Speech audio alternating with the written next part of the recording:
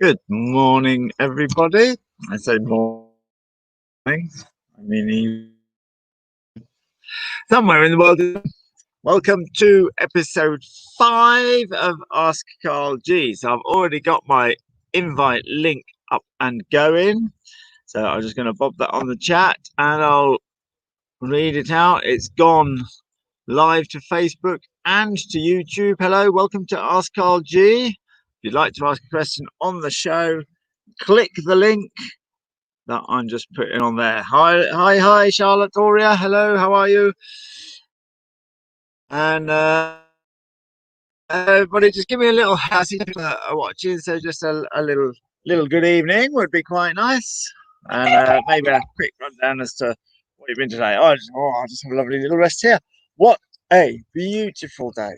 Wow. Yeah, we're fairly tired. It's been quite a busy weekend. We had a horse archery camp over the weekend, and that was great fun. They always end up in a competition. So first day we do learning the technique and getting on the horses. Second day we do swiveling in the stirrups to forward shots, backward shots, which is a little bit tricky and quite an ask. Then we go to a competition. Hello, little Chucky's down here. Hello, what do you want? Go away, go and eat chicken food somewhere. There we are.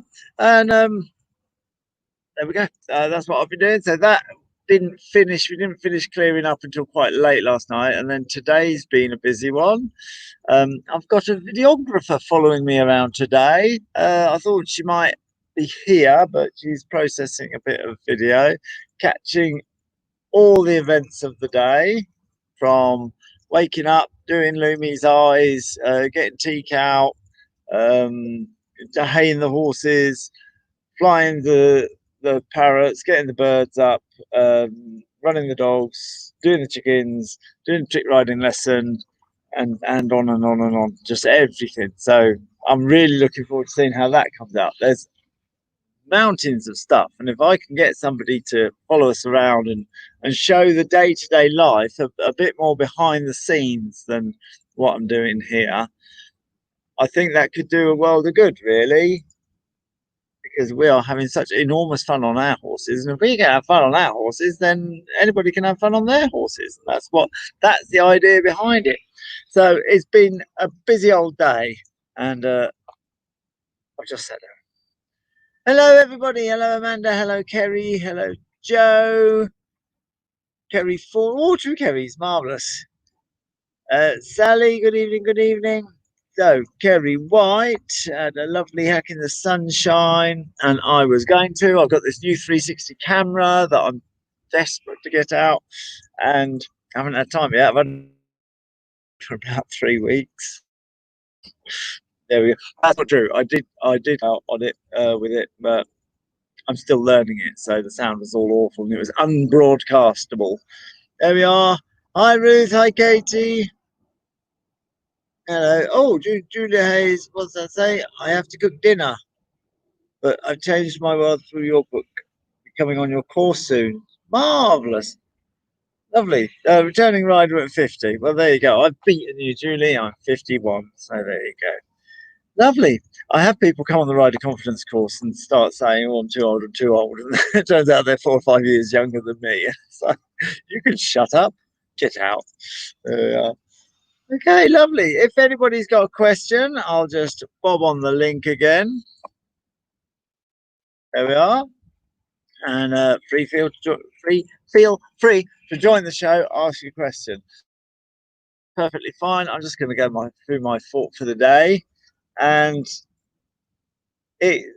thought for the day today stems from Friday's Ask Karl G, where we were talking about people opting out on horses and calling it brain freeze.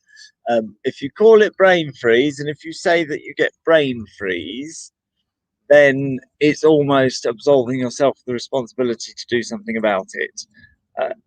If you've been to 20 yards over 30 years with 500 riders all say, well, you just get brain freeze as if you couldn't do anything about it, then you absolve yourself of the responsibility, and you do indeed get brain freeze, but purely because horse riders have told you to get brain freeze. That sounds like nonsense, which I'm sure it does. You'll find that nobody gets horse when they get nobody gets out of their car if they're driving a car across a busy roundabout and you've got a lorry here and a lorry here and a car behind you, a motorbike's in front of you, and roadworks and directions, and the sun's too low and shining on the road, and it's busy and you're worried and you feel the adrenaline. You don't just get out the car and walk off and go, oh, I'm not doing this, I'm opting out. But you do get off your horse. Point being, there's always an area of your life where you can assess worries, anxieties, dangers, and work through them. And then with horses, you then choose not to. This will sound familiar if you saw the Ask Karl G episode 4 on Friday. And it was curious in the comments. There was a reasonable amount of people resisting what I said. And nonetheless, it's a universal truth. There is a part of your life where you feel confident, and for example, I wouldn't. And you can draw on that, as I would then be drawing on my confidence with horses to help with the confidence in that area. So you can draw on the confidence you have in that area on your life and apply it to your horses. And I choose driving because most people drive and very few get out. Obviously, there are going to be occasions where someone's had a panic attack or something. Well, that's the subject of panic attacks. It's not a subject of cars. But on the whole, people manage to drive quite successfully, even in anxiety-ridden situations. If it's the case that you don't drive, there will be somewhere else in your life where you can get this confidence from. But the resistance that I get in the Rider Confidence course, in the questions and answers afterwards, on the comments on my videos, the mental gymnastics and the amount of effort put into the resilience in order to be resistant to what I'm saying is really quite impressive. And if you use that amount of energy to further yourself rather than restrict yourself, my word, it would be amazing. So I think about this a lot because it happens quite a lot. Usually it happens at the start of a rider confidence course. People arguing with what I'm saying. But what I'm saying is a universal truth. It's not like my opinion, it's a universal truth. Everybody does have areas in their life where they feel confident, but they will latch onto that self-identity. And I believe it's partly wanting a magic wand to be handed to them. Instead, we tend to hand a load of work and exercises to do instead. But anyway, I digress. If you've got the self-identity of somebody who does not go, then transfer that to your horses, you could some people do fight quite hard to keep that self-identity when they're being challenged.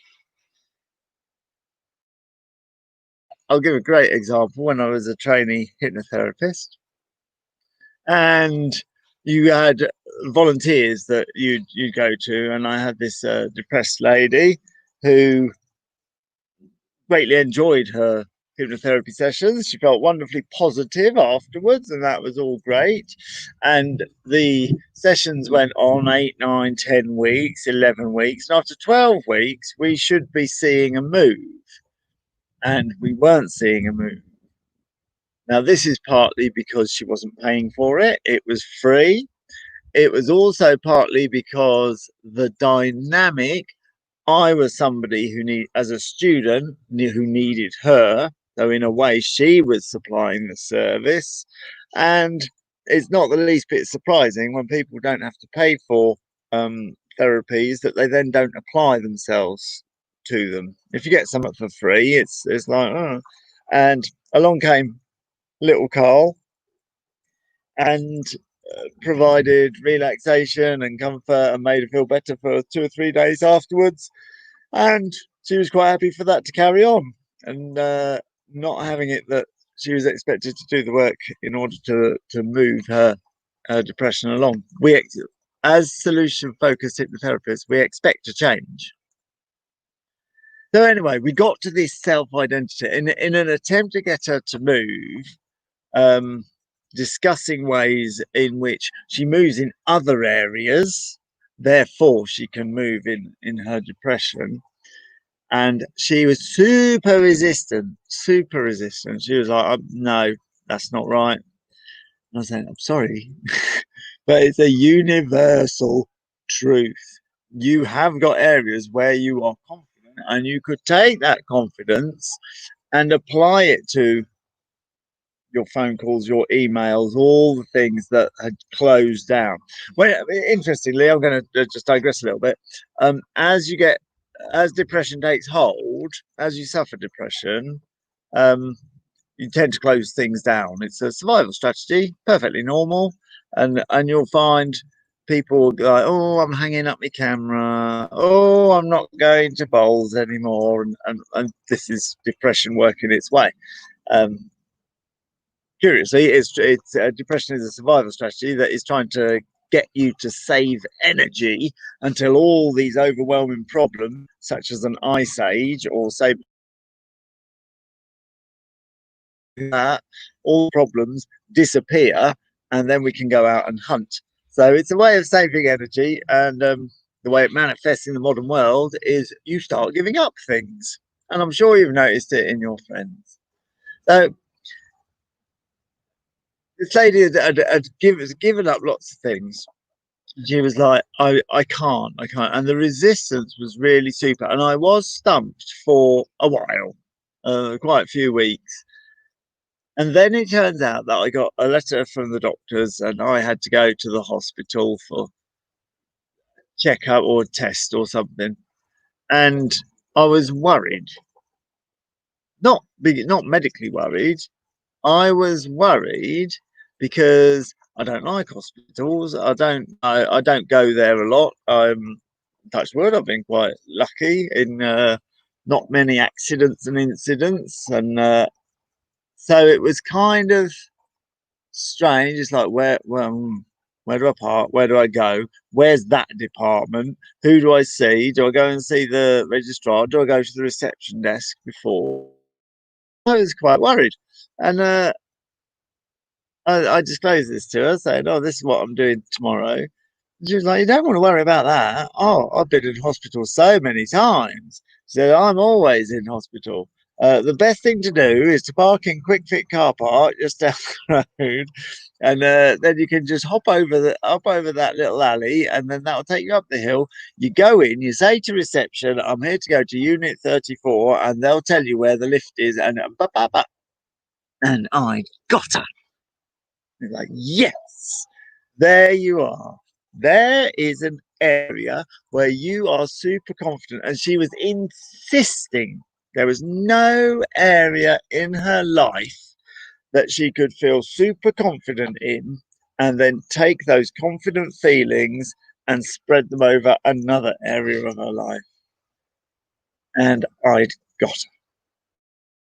From there, we could start to talk about her self identity when she's feeling confident about the NHS system, and her self identity when she's not feeling confident about implementing the small changes that you need to implement. And if you take that confident person who's in charge and ask that person to apply their knowledge, skill, expertise to sorting out this different problem, then you can get that transfer.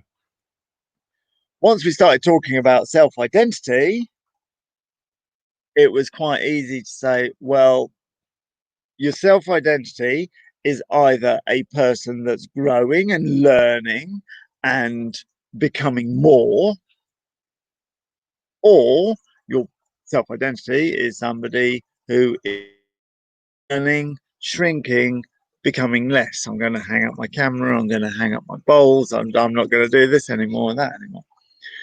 If you project that 5 years down the line, when you arrive at that destination, if you leave it unplanned, fortune might favor you, and it may be that your confident personality will take you to that 5 years, or your unconfident personality may take you to that 5 years, in which case you'll be 5 years further down the line.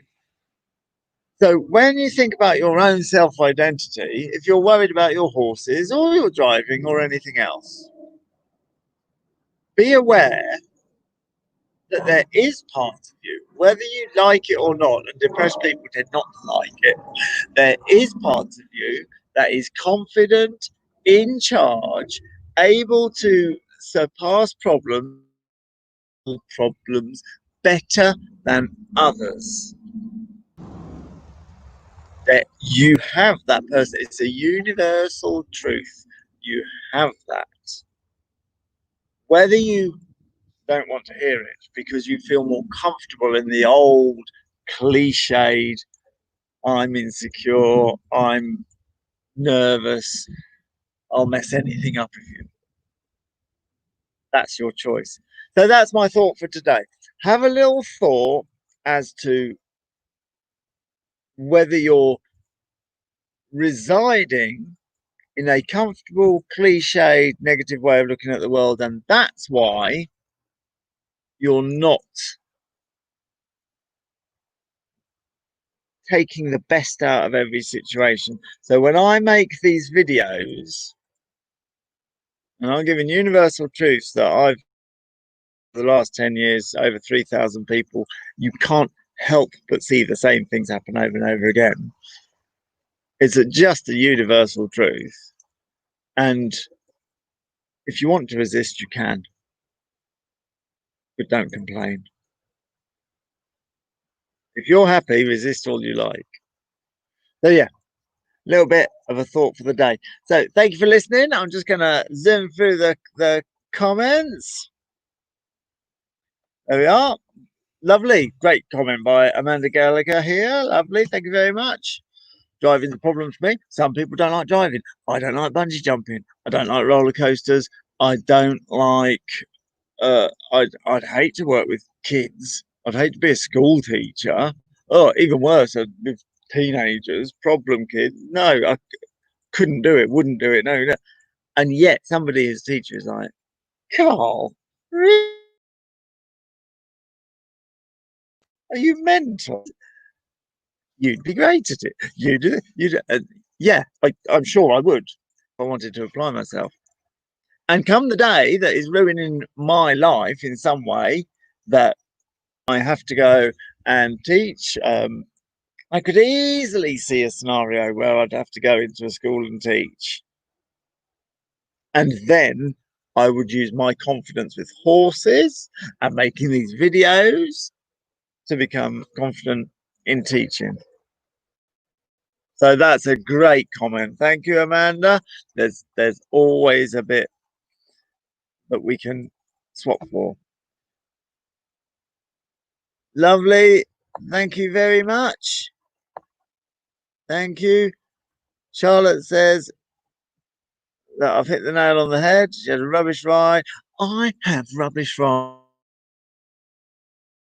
It's so riding horses isn't linear. You just don't get better and better and better and better. It's like a finance graph. It's up, down, up, down. General trend is up.